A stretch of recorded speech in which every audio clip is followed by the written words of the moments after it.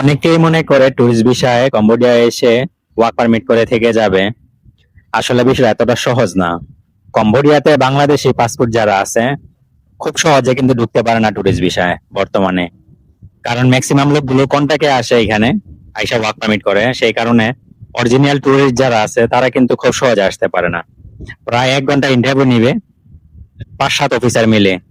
যদি স্যাটিসফাইড হয়, যদি মনে করে যে আপনি অরিজিনাল ট্যুরিস্ট, আপনার কাছে যদি পর্যাপ্ত ডলার থাকে, যদি আপনার কাছে 2-4টা দেশ ঘোরা থাকে, তাদের যদি মনে হয় যে আপনি অরিজিনাল ট্যুরিস্ট, তাহলে ছাড়বে। এর আগে কিন্তু ছাড়বে না।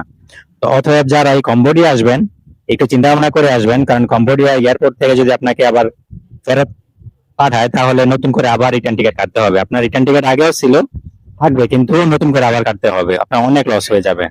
অতএব ট্যুরিস্ট ভিসায় কম্বোডিয়া আসার আগে একটু চিন্তা ভাবনা করে আসবেন।